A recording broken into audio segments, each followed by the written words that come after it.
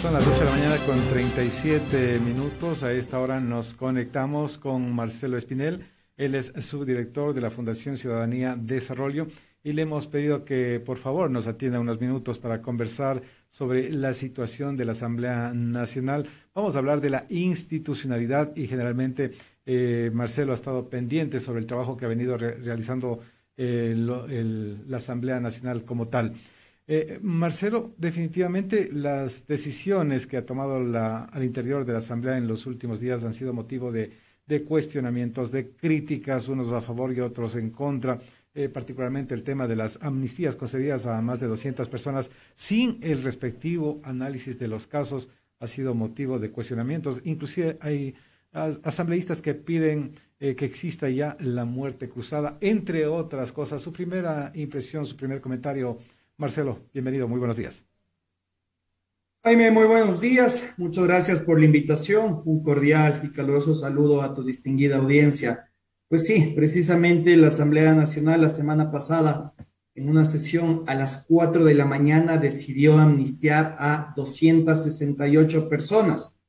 Al parecer, esta fue la moneda de cambio que tuvo el gobierno, así como también la presidenta de la Asamblea, Guadalupe Llori, para que, por un lado, pase, habrá que ver cómo sucede esto en los siguientes días, el proyecto de ley urgente en materia económica, la ley de inversiones, y por otro lado, se apaguen estos intentos de evaluación del Consejo de Administración Legislativa, pero sobre todo de la presidenta Guadalupe Llori. Creo que es lamentable para los ecuatorianos el hecho de que la Asamblea Nacional, que a pesar de que tiene la atribución legal de amnistiar a personas por el cometimiento de delitos políticos, lo haya hecho en paquete, lo haya hecho sin analizar de forma individual cada uno de los casos, incluso amnistiando a personas que cometieron delitos comunes, delitos de secuestro, delito de afectación a la propiedad privada, pública, patrimonial, etc.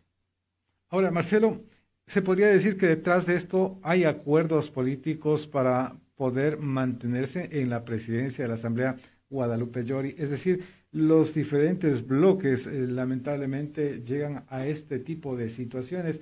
Acuerda, dan paso a una cosa, pero tú también das paso a lo otro. Algo así está funcionando y es evidente esos temas, Marcelo. Yo creo que con el pasar de los días nos vamos a dar cuenta de esto, si es que fue o no esta moneda de cambio para no destituir o más bien no remover del cargo a la presidenta Guadalupe Llori. Yo creo que pasados los días, entiendas hasta el 24 de este mes que tiene que aprobarse la ley de inversiones, veamos si es que no vuelven a aparecer estos intentos de evaluación de la presidenta, ¿no? Creo que se está poniendo en evidencia la debilidad institucional que existe dentro de la Asamblea Nacional, pero esto no responde a las leyes que rigen a la Asamblea, sino precisamente a quienes integran cada una de las bancadas, de las organizaciones políticas, y esta amplia polarización, fraccionamiento ideológico en la Asamblea es lo que nos ha llevado a esta situación. Y estos fraccionamientos son evidentes dentro de Pachacuti e inclusive dentro de la izquierda democrática. ¿Qué está pasando en estos bloques, Marcelo? Yo me pregunto, Jaime, si es que existieron verdaderos procesos de democracia interna dentro de las organizaciones políticas antes de candidatizar a quienes ahora son nuestros asambleístas, porque se nota que existen varias discrepancias en temas de fondo por parte de algunos legisladores de Pachacutic, de la ID, y que han hecho que se alejen de las bancadas de las organizaciones de las cuales fueron electos. Entonces, tal vez debemos preguntarnos si es que estos legisladores venían de procesos de base, de procesos de formación en las organizaciones políticas, si es que realmente estaban alineados a los principios y a la ideología de estas organizaciones, o simplemente se buscó a actores políticos relevantes, conocidos y que podían asegurar la victoria. Ahora, el legislativo está cerca de cumplir un año y comienza a sonar con mayor fuerza la posibilidad de su disolución a través de una muerte cruzada. ¿Usted le ve factible eso, Marcelo?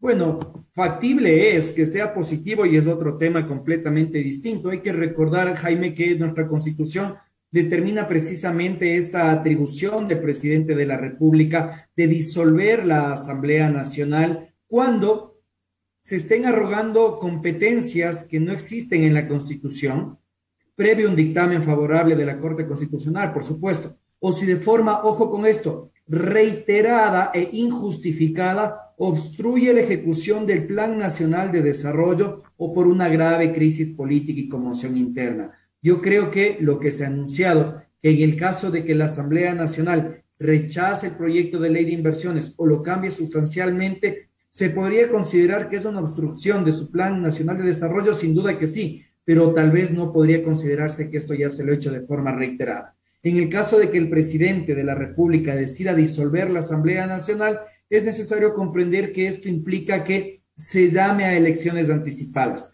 tanto de nuevos asambleístas, pero también de la presidencia de la República. Y ahí mi preocupación siempre va a ser, Jaime, si es que esto es positivo para nuestro país, o si es que esto nuevamente es de estar en estos laboratorios democráticos, ¿no? Y cae lo mismo y lo mismo. Es decir, exactamente. No cada 4 años tenemos asambleas constituyentes, consejos transitorios, consultas populares, y no tenemos políticas de Estado en el largo plazo. Yo creo que es necesario que tanto desde la Presidencia de la República como desde la Asamblea Nacional se depongan estos intereses partidistas, personales, y se piense en los intereses del país, que realmente avancemos hacia estas políticas de Estado de largo plazo que nos ayuden a fortalecer el Estado de Derecho y la democracia en Ecuador.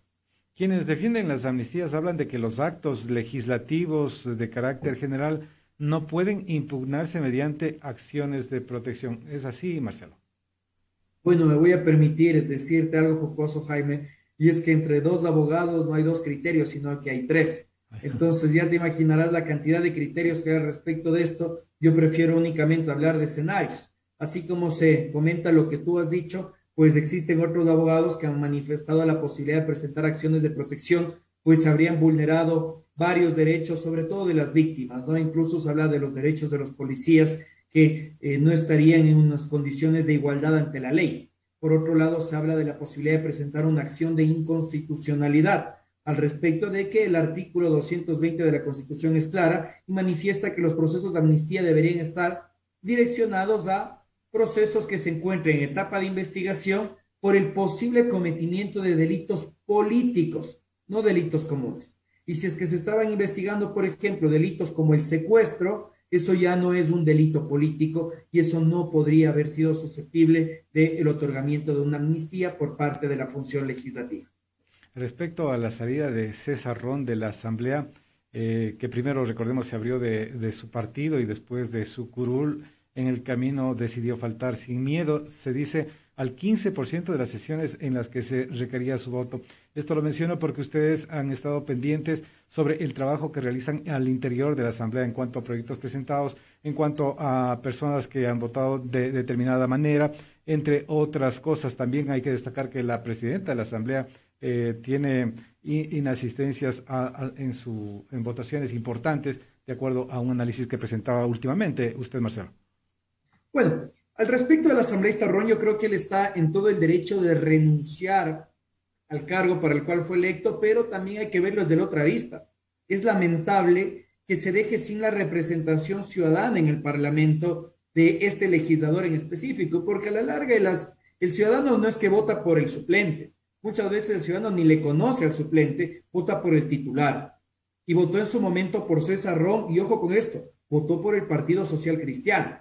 Entonces, en el momento en el cual el asambleísta Ron se aleja del Partido Social Cristiano y se aleja, en este caso ahora, de ocupar el cargo de asambleísta, pues de una u otra manera se está incumpliendo con el mandato ciudadano otorgado en las urnas. Por otro lado, pues yo también creo que es necesario poner en evidencia lo que usted menciona, Jaime. Un asambleísta que desafortunadamente no estaba asistiendo a las votaciones. Es decir, estaba participando en las sesiones, pero al momento de votar se estaba retirando, cuando tranquilamente podía haber mandado a su suplente en el caso de que él no hubiera podido asistir o no estaba de acuerdo con lo que se estaba discutiendo en el Pleno de la Asamblea Nacional. Pero también un legislador que desafortunadamente estaba incumpliendo con la misma ley orgánica de la función legislativa, al no transparentar su declaración de intereses, que no es más que su relación con empresas contratistas del Estado y familiares que ocupen altos cargos públicos, así como también su agenda de reuniones. Yo creo que es necesario que la ciudadanía pues también tenga el panorama completo. Las acusaciones o el criterio que tiene César Ron es válido al respecto de que la Asamblea no está sintonizando con la ciudadanía, pero preguntémonos también qué es lo que estaba haciendo el asambleísta César Ron para cumplir con la propia ley orgánica de la función legislativa y ejercer su cargo de forma responsable. Cada vez que vamos a elecciones y vamos a votar por los diferentes asambleístas, todos prometen hacer un cambio radical dentro de la asamblea, pero con el pasar del tiempo o sigue siendo la misma o sigue siendo peor. Es lamentable que los asambleístas, que son quienes aprueban las leyes que rigen nuestra vida diaria, que nos rigen a todos los ecuatorianos, sean los primeros en incumplir su propia ley orgánica, Jaime. Ahora, lo que hay que destacar es que esto de la amnistía concedida por la Asamblea Nacional tiene dos caras, jurídica y política. Al final del día decía, ¿es jurídica o política?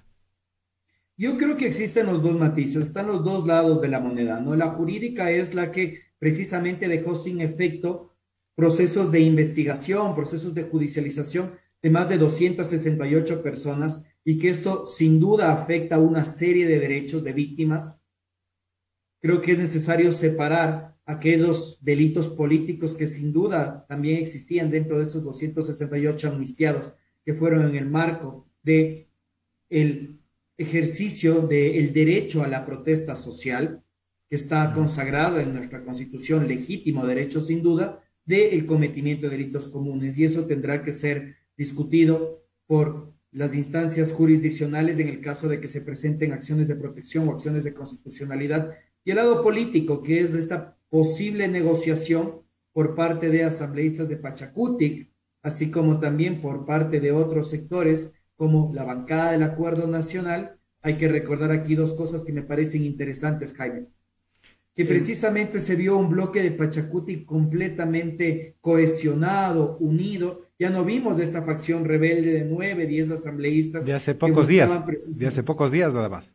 Exactamente. Y por otro lado, pues también el discurso del asambleísta Fernando Villavicencio en el que dijo, nos arrinconaron. Entonces yo creo que habló, no sé si a título personal, a título de la bancada del Acuerdo Nacional, a título del gobierno, en el sentido de que al parecer hubo una moneda de cambio, ¿no? Ya sea pues la continuidad de las autoridades legislativas o el no archivo del proyecto urgente en materia económica.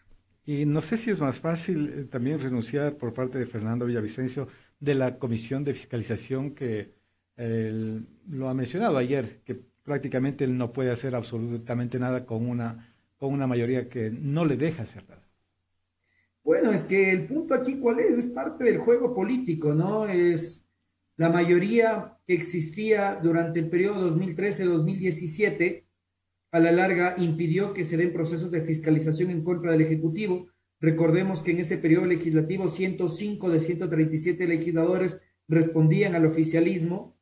Ahora pues no hay una mayoría, existen mayorías móviles, hay primeras minorías y pues lo que tiene que apelarse ahí es a la razón, a procesos de control político interno, a procesos también de ética dentro del Parlamento para que se vaya autodepurando a la Asamblea Nacional. Si vemos precisamente que no se pueden lograr mayorías, que no se pueden lograr consensos, tal vez es pertinente identificar el incumplimiento de los deberes de los asambleístas para poder realizar esta autodepuración y se pueda jugar con estas mayorías. Pero además de eso, yo creo que es necesario también generar consensos. A la larga, la presidencia legislativa lo que tiene que hacer es buscar consensos con base a la agenda legislativa, con base a los intereses que pueden existir por parte de las distintas organizaciones políticas y se comience a ceder. Pero sobre todo, Jaime, yo creo que es importante que se deje de hacer esta fiscalización a la carta, que es lo que me preocupa.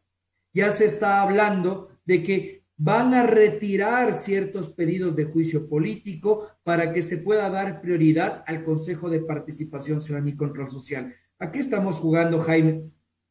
¿Cuáles son los intereses que existen de las organizaciones políticas al respecto de este Consejo de Participación Ciudadana y Control Social para que se deje de lado los otros pedidos de juicio políticos presentados con anterioridad en contra de la Judicatura, en contra del Consejo Nacional Electoral y en contra del Procurador General del Estado? Yo no creo que es correcto que sigamos bajo los intereses partidistas personales de los actores políticos de turno y que no se haga una fiscalización responsable al respecto de la correcta ejecución de los recursos públicos de los ecuatorianos y la plena garantía de los derechos fundamentales. Listo, Marcelo, con eso nos quedamos y muchas gracias por atender este requerimiento periodístico. Siempre a las órdenes, Jaime. Un abrazo. Gracias.